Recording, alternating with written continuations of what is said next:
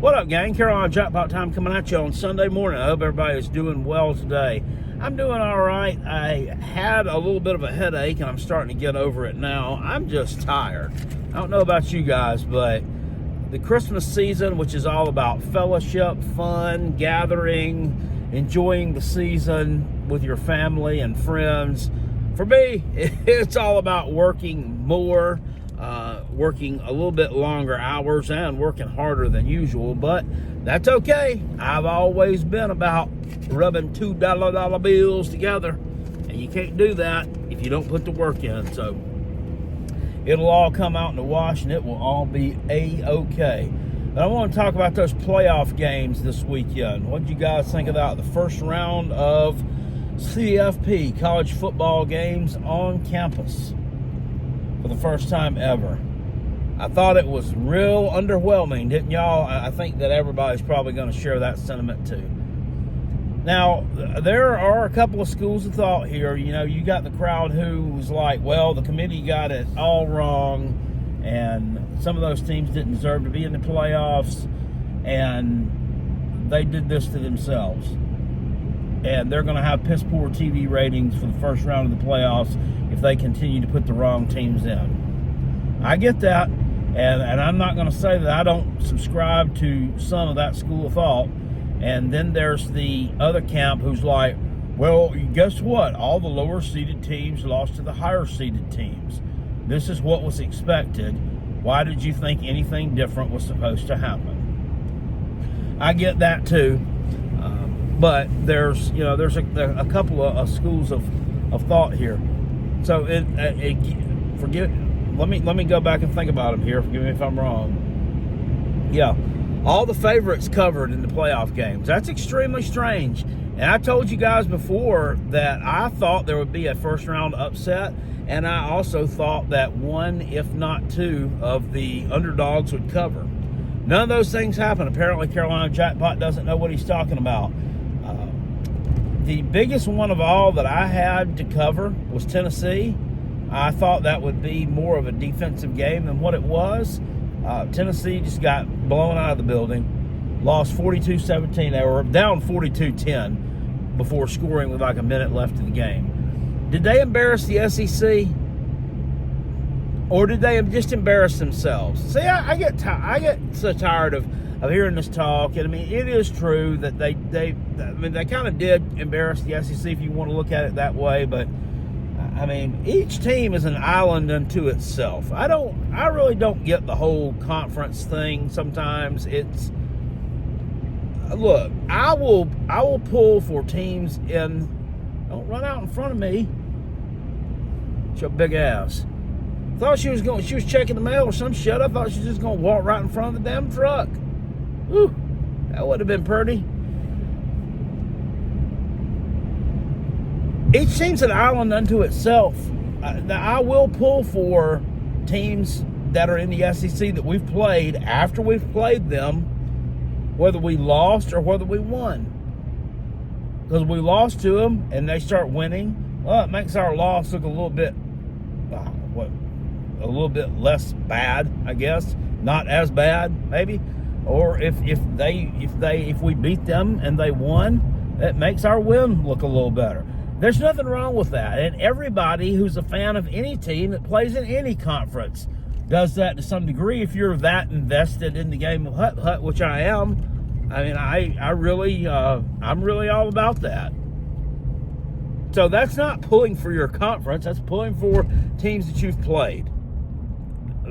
Dum-dums say things like SEC lower back tattoo and all this garbage. And look, yeah, and I did pull for Alabama when they were playing Clemson in those college football playoff games, that national championship game, whatever, because I don't fucking like Clemson. I hate you. I can't stand you. So, yeah, if that makes me wear a Alabama lower back tattoo, then it is what it is. But those games were really, they were underwhelming. The Notre Dame, Indiana was 27-17. That game wasn't that close. Indiana came back in the fourth quarter a little bit against some scrubs, make the final score look respectable. SMU totally got dominated and just blown out of the building by Penn State. And that's another team there that I had picked to cover the spread, foolishly so. Normally, I get accused of making picks, and what hurts me a lot of times is picking with my heart instead of my head. And that happens with a lot of people. It really does. It happens with a lot more people than you would think, and a lot more of them who don't admit it. Picking with my heart instead of my head would have said, yeah, Penn State's going to smash SMU because SMU sucks. They lost to Clemson, and I like Penn State, so I'm gonna pick them to cover the spread. So I didn't pick with my heart instead of my head. I picked with my head. I thought SMU would bounce back. I thought they would ride some of the momentum that they gained from that last quarter and a half against Clemson and put up a good performance against Penn State. I thought James Franklin might play conservatively with the backup quarterback hitting the transfer portal and Drew Aller really needing to stay healthy because he's really his only viable option in that game. Didn't end up mattering. It really didn't end up mattering. SMU was just totally dominated. The only thing I really saw them do positive, I saw their edge rusher eat up Penn State's left tackle one time. He totally pancaked him. I don't know if any of y'all saw that particular play, but I watched that. I was like, holy shit, dude. I'm like, you just wore your ass for a hat. Anyway, they got dominated. A couple of pick sixes in that ball game too. Oh, well, if you take the pick sixes away, the score is 24-10. Okay, well, you can't take the pick sixes away. It's part of the game. What are you doing, dude? Are you trying to do a three? This idiot back here, look, that idiot back there. You can't see him. He's trying to do a three-point turn in the middle of a fucking intersection with a damn traffic light. I know there's not any traffic out that much, but that's dangerous. Just turn and go the way that you're screwing up. You made a wrong turn. Just go down the road. You know, you can find a place to turn around and go back the right way. I hate people sometimes. Any rate, here, so Texas and Clemson, we live streamed that game yesterday. Thanks to everybody who stopped by for the live stream. We had a good time hanging out, watching that game. Look, Texas run game really impressed me. Tater's run defense, I absolutely did not. They gave up right at 300 yards on the ground.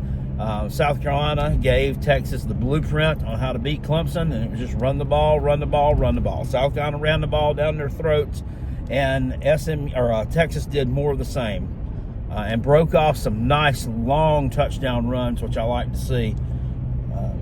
Tater Man said, well, if we hadn't whiffed on a couple of tackles in there to cut the score of that game, so a different way. You did whiff on the tackles. So they're wanting their defensive coordinator, Wes Goodwin, fired. I don't know if that's going to solve your issues or not. I mean, he seemed to have a pretty good defense a couple of years ago, coming off of Brent Venables. I mean, it regressed a little bit, but at first, but I don't know. I don't know if firing him's the route you need to go, but I guess we'll find out what Dabo will do with that here in the next few weeks or so, because the season's over, Clemson. The season's over. All you done is beat your chest and talk shit to Carolina fans about how we're not in the playoffs and you are, and you go out there and let's face it, you got embarrassed. You got embarrassed. That final score should have been worse than it was. Yes, you did look competitive at some points in that game. I thought you were going to make a comeback there again, and that really pissed me off, and I thought Texas was going to shut down their foot, but it ended up it just didn't happen, and they didn't shut down their foot, and they beat you. So I will say this, if any of y'all are interested in doing futures, when it comes out and I'm able to do it, I'm gonna throw, because I think the odds will be pretty much against it happening, but I think it could. There's potential there.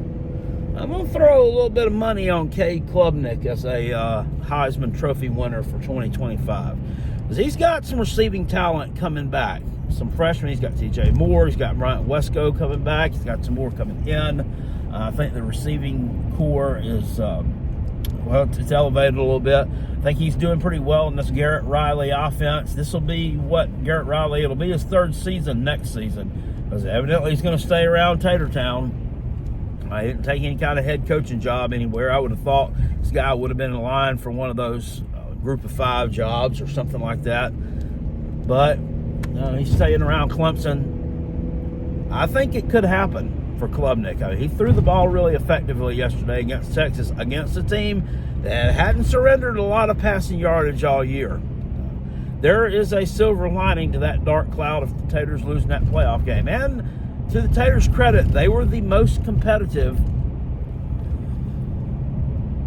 of any of the teams in the college football playoff, even though they still got run off the field. They were the most competitive. Tennessee, Ohio State. Jesus, where do you start? First of all, if Dylan Sampson had played in that game, would it have made a difference? I think it would have made some difference. Yes, I think you could. I mean, I think we could potentially say, let's take a touchdown off the board for Ohio State. 35 points there now, right? And then give Tennessee one more. And you still lose, 35 to 24. So you still wouldn't cover the spread. And I think that's about all you could hope for if he'd actually played in that game. Ohio State just shut you down. Nico is, and guy's got potential, but he's not what the Tennessee fans thought he was going to be. He's not what the Tennessee fans talked him up to be. And I'm laughing on the inside here. Some of those videos last year, Sports Talk Jabroni was putting out after that Iowa game about how he was the magic man, and look at this, look at it. I mean, he regressed. To be quite honest, he regressed from that game. Did some good things in limited time against terrible competition at the beginning of the year, and when SEC play started, he just became mediocre. And I thought he was turning a corner a little bit. Thought he played a lot better there against Vanderbilt, and I thought that he would play well in this game, but it didn't happen. Ohio State's defense was just way too much for him, and Ohio State offensively, Will Howard, yet another efficient performance, over 300 yards passing there. Jeremiah Smith is outstanding wide receiver, and they were just too much for Tennessee. They overwhelmed them. Tennessee was not ready for the big stage. I thought all year long that they'd been a little bit leaky, that people just weren't noticing it because all they did was talk up how great their front four was, and James Pierce, and blah, blah, blah. Well, it takes more than that to field a decent football team that's capable of winning games at a high level, and you're just frankly not it. It's not it right now, Tennessee. They talked a lot of shit going into this playoff game. You talked a lot of shit talking about we're going to bring 40,000 fans to Columbus. Okay, that's great. You didn't bring a damn football team, so try better next time, I guess. Try better next time, Tennessee. Sad to see. I'm not going to hate on them too much, though. I mean, I know they're down in the dumps today. They got kicked in the face last night, so I'm not going to kick them anymore while they're down. Now, there's the talk here. South Carolina, Alabama, Ole Miss, these teams got left out. Miami got left out. Would these teams have put up better performances than this bunch did? Don't know. South Carolina, let's presume South Carolina had gotten in with the 12 seed. Who was the 12 seed? Clemson. Went on the road to Texas. Would South Carolina have put up a better performance than that? Yeah, they would have. Texas wouldn't have scored 38 points. I can guarantee you that. South Carolina's got something Clemson doesn't have. It's called a defense. It's called a run defense. Ain't no way that rushing yardage would have gotten cut. I'm not going to say it would have gotten cut in half, but it would have been damn near half of what it was. And that would have been a 24-14 type game, 24-20. I don't think that we would have won. I think that would have been a tough spot for South Carolina to go on and win. But, I mean, it's very possible that we could have. South Carolina going to Ohio State and winning again. I think South Carolina's our defense would have had a much better performance than what yours did. But yet again, I think that's a tough spot. I don't think we would have won it. I think it would have been a shocker if we did, but it doesn't matter. South Carolina's got next year, and transfer portal right now for South Carolina's, we've hauled in about 4 or 5 guys so far. It's looking kind of quiet so far. It looks like they missed on an offensive lineman who ended up going to Michigan out of the portal. They had the old, whatever his name, Justice Haynes in for a visit on Friday.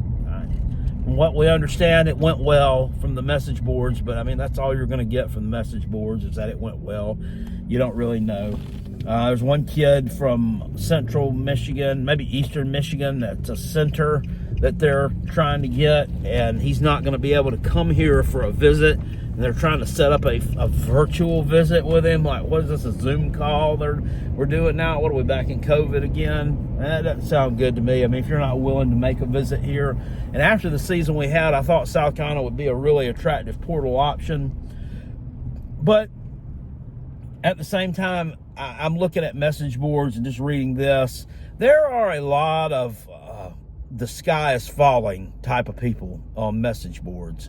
We don't really know what's going on behind the scenes there. They move quietly behind the scenes there at South Carolina. Don't always let a lot of information out. I had no idea about this kid from Mizzou that popped up. That was never mentioned on message boards. Him visiting was never made public on a message board that I read anything about on a thread. So there's a lot of people that don't know a whole hell of a lot that get their panties in a wad. But I would like to see a little bit more movement in it, but we also got to be patient. They've had a couple of really good transfer portal classes there at South Carolina. No reason to think that they're not going to have another good portal class. I want to hear the Cooch ain't got no money. He can get no money in the NIL. Okay, yeah, they don't. That's how Rocket Sanders and Tal Kennard, we got those guys here, but we ain't got no money in the NIL anyway. That's about all I got to say about it, guys. Things are going to be probably a little bit quiet on the football front for a few days here. We got some ho-hum bowl games coming up the next few days. We'll start to get some better bowl games after Christmas.